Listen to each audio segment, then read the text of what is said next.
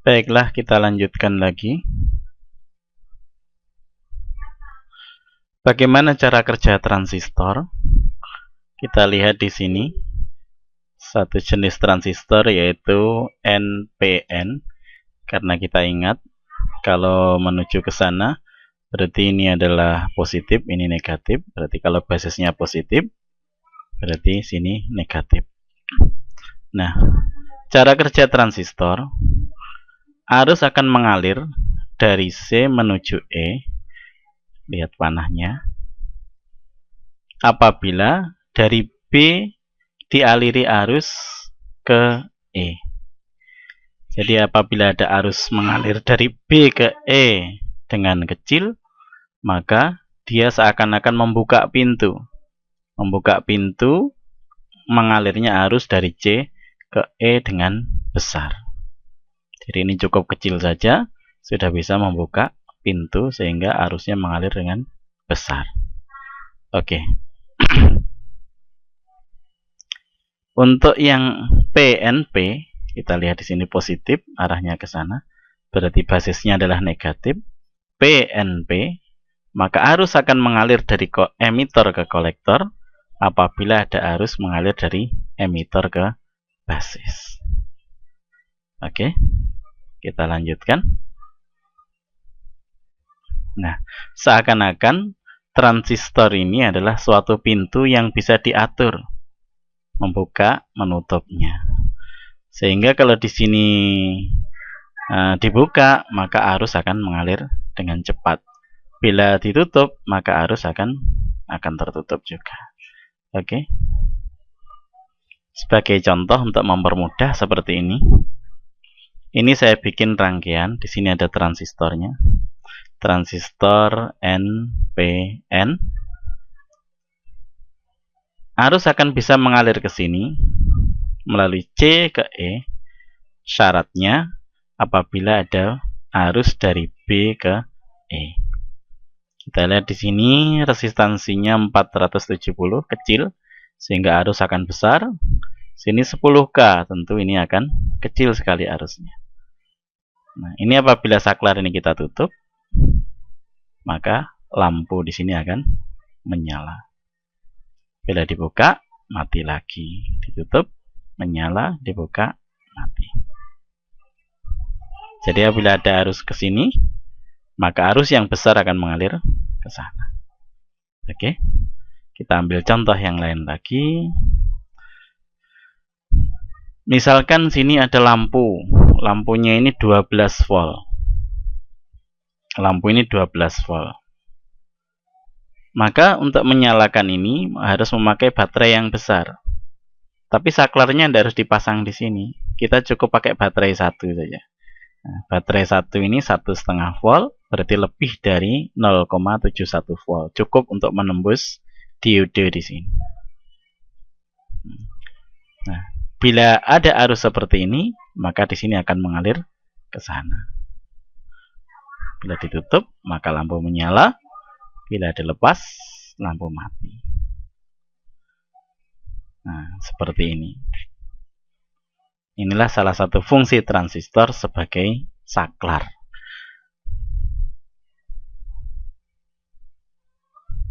Nah, seperti ini. Oke. Kalau sudah dipahami, kita akan lanjutkan lagi. Nah, berapa perbandingannya? Arus yang mengalir melalui B ke E ini disebut IB atau arus B. Sedangkan dari C ke E ini disebut IC. Maka setiap transistor macam-macam karakteristiknya. Itulah yang disebut HFE. HFE apa? HFE adalah perbandingan antara IC yang dapat dialirkan apabila diberikan IB tertentu. Misalkan apabila dikasih 1 miliampere, sini bisa mengalirkan 1 ampere, berarti HFE-nya adalah 1000 dibagi 1. HFE-nya sama dengan 1000. Ini salah satu contohnya. Nah, setiap transistor mempunyai HFE sendiri-sendiri. semuanya ini akan tertulis di daftar karakteristik transistor. Oke, kita lihat. Sebagai contoh, kita ambil salah satu transistor yaitu 9013 atau 9014. Ini banyak persamaannya. Bisa kita ambil salah satu. Nah, ini mempunyai HFE antara 64 sampai 91. Nah, ini jadi apabila sini kita kasih masukkan 1 miliampere, berarti bisa mengalirkan 64 miliampere. Ingat, HFE adalah perbandingan antara IC dengan IB. Terus kemudian bentuknya transistornya seperti ini. Yang tengah ini adalah basis, sebelah sini adalah kolektor, sebelah sini emitor. Ini bisa kita lihat di datasheet. Jadi letaknya di mana? Ini kita lihat di datasheet. Kemudian yang perlu kita perhatikan yang lain adalah IC maksimum. Adalah arus yang boleh lewat sini maksimum.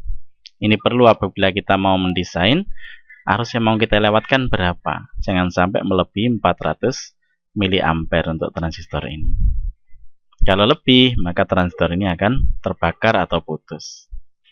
Kemudian VCE, V antara C sama E. Artinya adalah voltase kerjanya. Dia diberi satu daya berapa? Jangan sampai lebih dari 25 volt. Kemudian VBE maksimal, B ke E. Ini maksimum adalah 3 volt. Nah, transistor ini biasanya digunakan untuk audio, untuk arus-arus yang medium, tidak terlalu kecil, tidak terlalu besar, dan kegunaan umum yang lainnya. Oke, nah bagaimana cara mengukurnya? Kita lihat di praktek berikut ini. Di sini akan kita praktekkan bagaimana mengukur HFE dari transistor. Ini transistornya kita ambil adalah transistor 9013. Bentuknya kecil. Untuk mengukur HFE, kalau kita menggunakan avometer digital, ini sangat mudah sekali. Kita lihat di sini ada colokan untuk mengukur HFE dari transistor. Di sini yang merah ini adalah untuk NPN, sedangkan ini untuk PNP. Oke. Kita putar dulu selektornya ke arah HFE seperti ini. Kemudian kita hidupkan.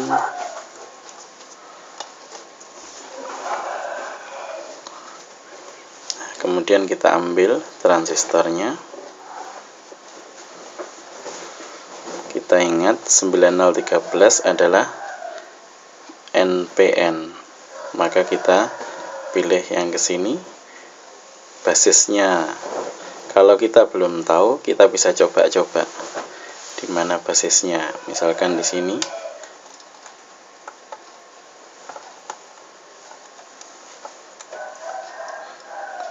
Kita tancapkan di sini.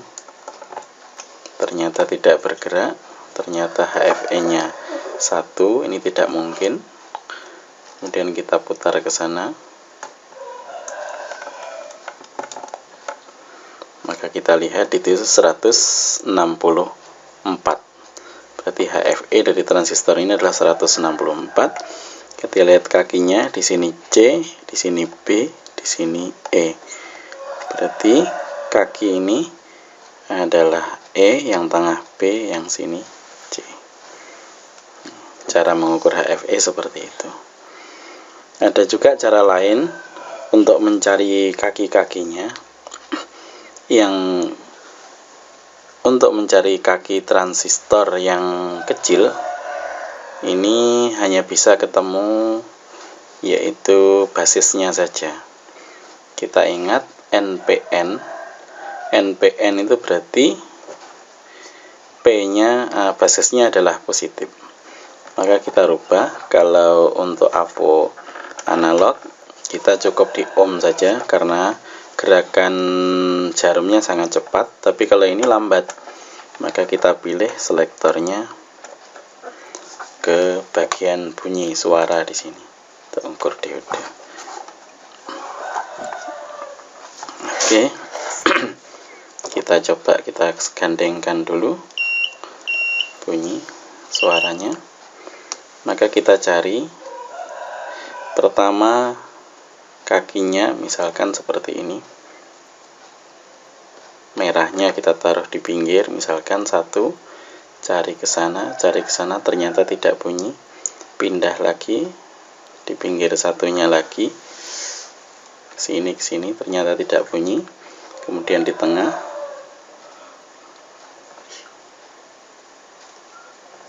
Nah, kita lihat di situ bergerak. Nah, ini tidak kuat membunyikan. Nah, transistornya kecil. Di situ bergerak, ada nilainya. Berarti disinilah basisnya. Basisnya adalah positif. Kalau PNP, maka basisnya yang negatif seperti ini. Jadi, saya ulangi lagi, basis cirinya, kalau NPN, maka kedua kakinya kalau kita hubungkan min,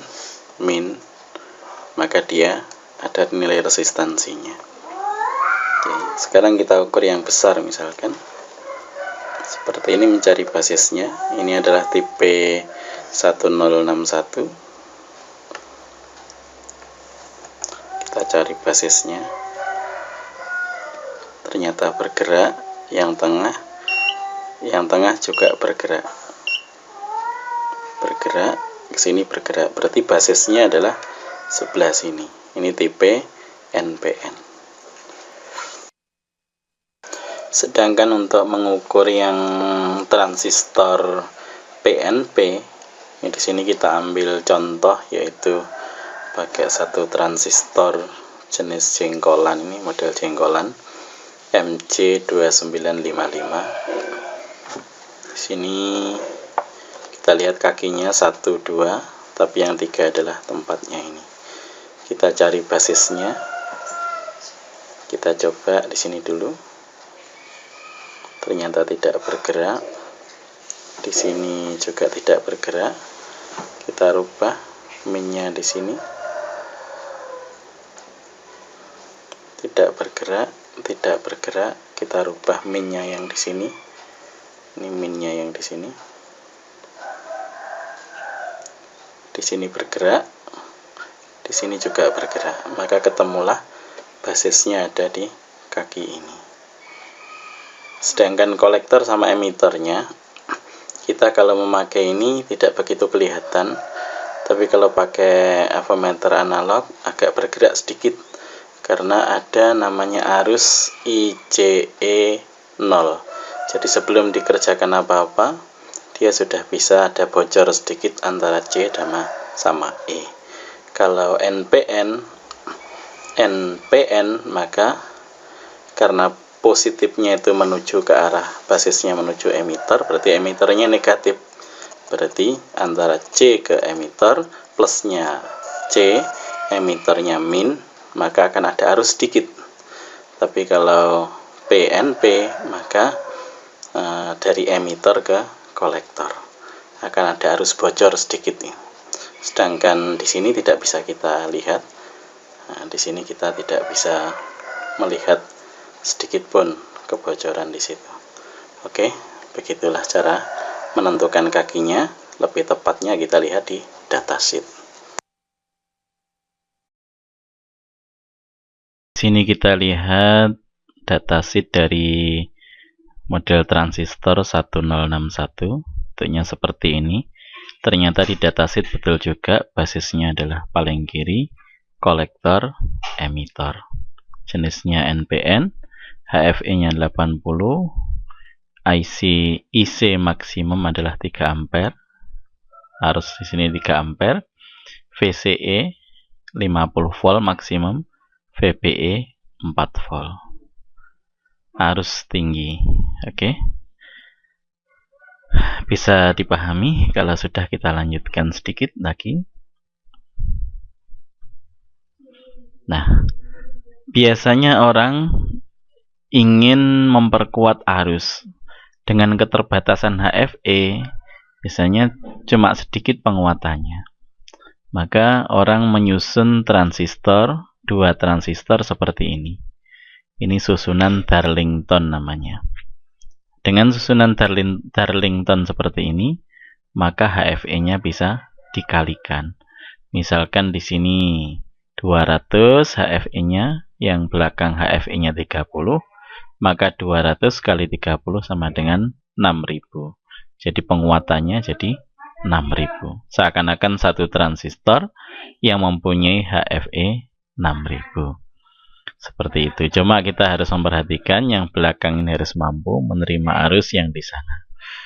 Oke, kita lanjutkan sedikit. Nah, ini masih banyak lagi datasheet. Kita bisa lihat di datasheet transistor, atau kita lihat di internet, kita searching, maka akan ketemu datasheetnya.